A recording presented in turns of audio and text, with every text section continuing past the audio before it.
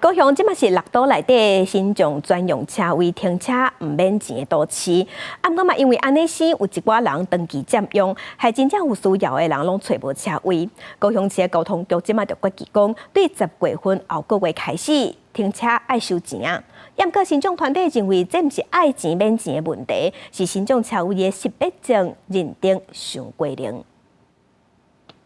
黄先生坐轮椅，要对轮椅走去你车顶，要有够的空间。专用车位会当减轻因停车甲上路车的负担。不过高雄过去因为停新种者车位免收钱，所以有真侪新种车位互人长期占掉的。好几个月了啦，然后我有时候也会看到他可能会骑摩托车来放东西，或者是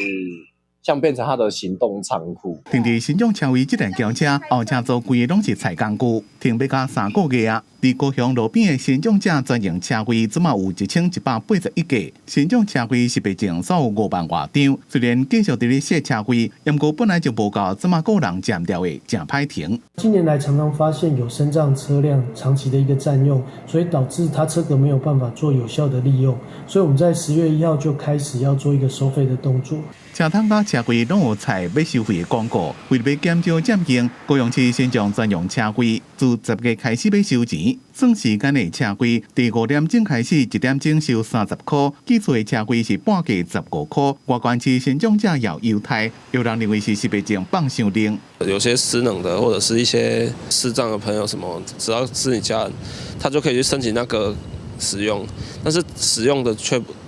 真正使用的那个停车证人，他们不是本身身障者，是那个持力人。新种团体无反对收钱，不过希望政府重新检视专用车位识别证发放标准，才袂互原本是好意的专用车位，所无法度互真正有需求的新种者使用。记者综合报道。